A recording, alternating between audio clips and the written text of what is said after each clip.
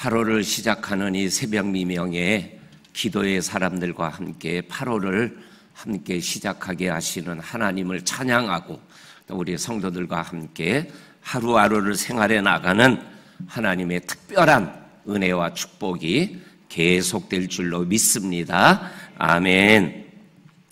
이 야고보서는 이렇게 성경 공부 시간이 아니니까 야고보서는 예수님의 동생 야고보가 기록했습니다.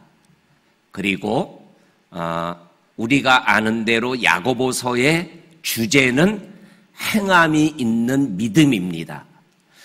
행함이 있는 믿음이라는 큰 주제 아에서 이것저것을 말씀하고 있는 게 야고보서입니다.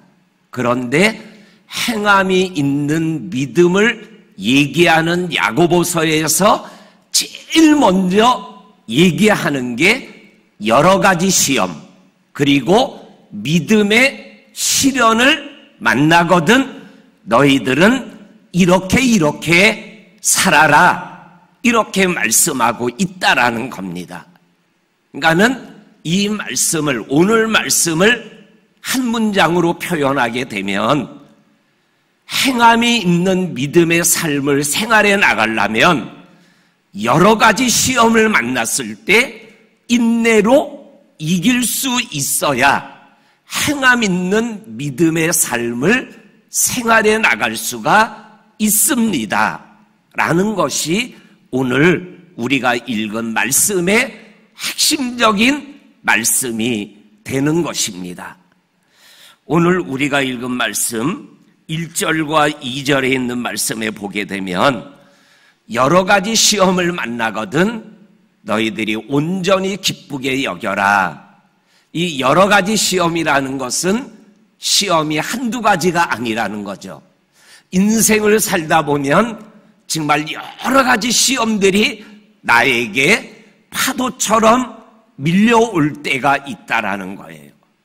이 여러 가지 시험을 우리들이 감당해 나가야 되는데 그 여러 가지 시험은 마치 바다에서 밀려오는 파도처럼 계속 밀려오는 거죠. 그런데 그 파도의 모양과 크기가 똑같은 게 거의 없다라는 거예요. 비슷한 파도인 것 같지만 그러나 크기가, 소리가, 그리고 거품이, 그리고 밀려오는 양이 다르다라는 거예요. 그러니까 여러 가지 시험을 당했을 때 우리가 믿음의 삶을 생활해 나가는데 이겨야 된다라는 거죠. 그 여러 가지 시험을 만나는 것 중에 오늘 본문에서 나타나고 있는 여러 가지 시험 중에 하나가 1절에 나오는 흩어져 있다라는 거예요. 예수를 믿는 것 때문에 흩어져 있는 성도들에게 오늘 야고보 장로님이 이렇게 말씀하여 주고 계시는 겁니다. 사도행전 11장 19절 말씀에 보게 되면 스데반의 순교로 인하여 흩어진 사람들이 이곳저곳에 퍼져나가고 있다라는 말씀을 읽어보게 되어집니다. 스데반의 순교 때문에 믿음을 지키기 위하여 흩어져 가는 이 시험, 어려움, 고난, 믿음의 시련이 있었다라는 겁니다. 야고보 장로님, 이 말씀을 기록하는 야고보 장로님도 여러 가지 시험이 있었어요.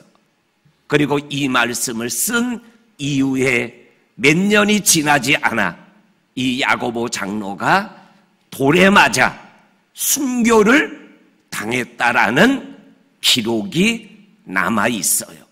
그러니까는 이 말씀을 기록하고 있는 야고보 장로님도 믿음의 시련 때문에 고난을 받는 중에 돌에 맞아 순교당하는 자리에까지 나갔던 그러한 모습을 우리들이 보게 되어집니다. 오늘 말씀을 묵상하며 믿음의 시련을 받을 각오를 우리들이 해야 된다라는 거예요. 믿음의 시련을 받을 각오를 하고 생활해 나가는 사람과 믿음의 시련을 받을 각오를 없이 생활해 나가는 사람과의 여러 가지 시험을 대하는 자세와 행동은 다를 수밖에 없는 거죠. 오늘을 살아가는 믿음의 사람들이 한 해가 가고 3년이 가고 5년이 가고 10년이 가는 이 세상에서 예수를 믿는 게 점점 어려워져 가요. 예를 들면 차별금지법이 통과되면 나쁜 것을 나쁜 것이라고 말할 수 없는 법적인 근거 하에서 우리가 살아야 돼요. 그러면은 그거 안 됩니다 라고 그러면 안 됩니다라는 소리를 들은 사람이 혐오감을 느꼈다라고 고발하면 내가 혐오감을 주지 않은 거다라는 것을 내가 증명해야 돼요. 그런데 증명하기가 어려워요. 그러면 법적으로 내가 책임을 지고 벌금을 물든지 아니면 감옥에 가든지 하는 그러한 일들이 일어날 수밖에 없는 그러한 모습들이 점점 일어나고 있어요. 그러니까는 그 법이 통과되지 않게 해야 되지만 만에 하나 통과되면 우리는 각오를 해야 돼요. 내 믿음을 지키고 이 믿음을 잃어버리지 아니하기 위하여 내가 각오를 해야 돼요. 마치 다니엘이 내가 음식을 먹지 않기로 결심한 것처럼 기도하는 것이 감옥에 가고 사자굴 속에 들어갈 수밖에 없는 어려움을 가져다 주지만 기도를 하겠다라는 결단과 사자굴 속에 들어가겠다라는 각오를 가져야 우리가 믿음의 삶을 감당해 나갈 수밖에 없는 그러한 시대가 오고 있어요. 그러면 어떻게 이 믿음의 시련을 이어나가느냐? 그것이 오늘 2절에 온전히 기쁘게 여겨라. 믿음의 시련이 오는데 기쁘게 여길 수 있을까? 그런데 우리 성도님들, 시험은, 믿음의 시련은 절대적인 게 아니라 상대적이에요. 똑같은 시험인데 똑같은 문제 앞에서 어느 성도는 원망거리가 돼요. 그런데 어떤 성도는 그것이 하나님을 믿는 믿음의 요소가 돼서 도리어 믿음이 자라고 하나님을 바라보는 영안이 열려요. 예를 들면 민수기 13장과 14장에 나오는 가나안 정탐, 12명이 똑같이 가나안 땅을 40일 동안 보고 왔잖아요. 내용도 보고하는 내용이 거의 똑같잖아요. 그런데 결과는 뭐예요? 10명은 정복하지 못한다.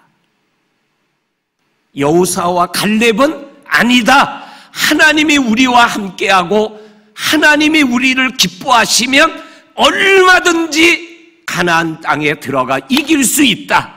지금 올라가자. 이렇게 얘기하는 거예요. 똑같은데 이 믿음의 시련은 상대적이에요. 그러니까 이거를 요것만 생각해도 여러 가지 시험 앞에서 뭐예요? 온전히 기뻐할 수 있는 거예요. 우리 사랑하는 성도님들, 여러 가지 시험, 예를 들면 어제의 말씀과 연결하면 가까운 길이 있는데 왜 이렇게 돌아가는 길로 나를 인도하는 거야? 라는 것에 대하여 불평하고 원망할 수 있지만, 그러나 그래, 지금은 내가 이해가 안 되지만 하나님의 뜻이 있겠지. 내가 알지 못하는 하나님의 숨겨진 의미가 있겠지. 그래, 한번 힘들어도 이 길을 끝까지 한번 예수 바라보고 가보자. 똑같은 문제인데 차이가 나는 거예요. 우리 사랑하는 성도님들, 저와 성도님들이 믿음의 길을 걸어갈 때 어려움을 맞이할 수 있어요.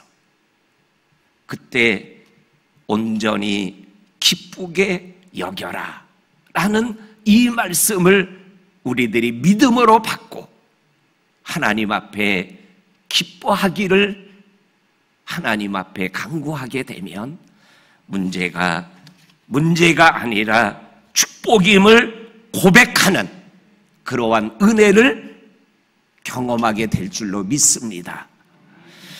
그 다음에 오늘 성경 3절에 보면 인내를 만들어내는 믿음의 시련이라는 말씀이 나옵니다.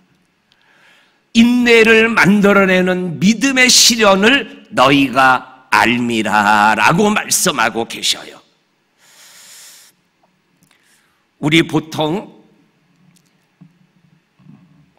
어떠한 사람이 무엇을 하나 생각해내는 것, 이거를 이제 편안하게 얘기할 때 창의력이라고 얘기하잖아요. 이 창의력, 끝에 역자는 뭐예요? 힘역자거든요. 창의력, 생각하는 거에는 힘이 있다라는 거예요. 그럼 인내라는 단어 다음에 인내력, 인내에는 힘이 있다라는 거예요.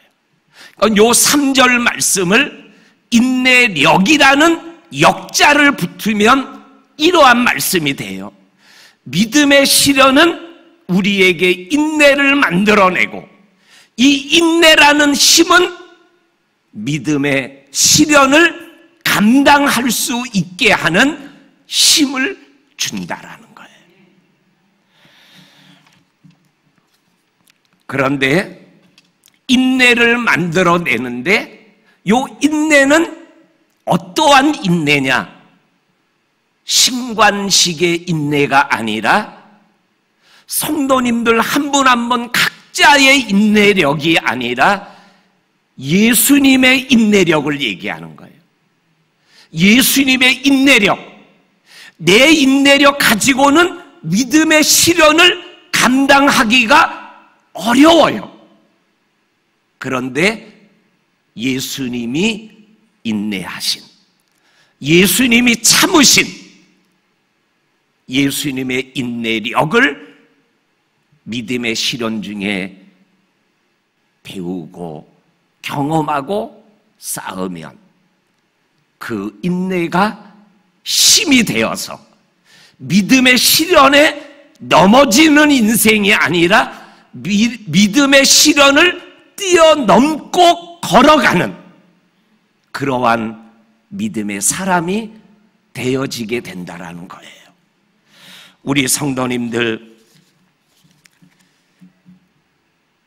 인내를 믿음의 시련을 통해서 배우고 그것을 통해서 시련을 이겨나가는 그러한 믿음의 성도들이 될 수 있기를 주의 이름으로 간절히 축원합니다.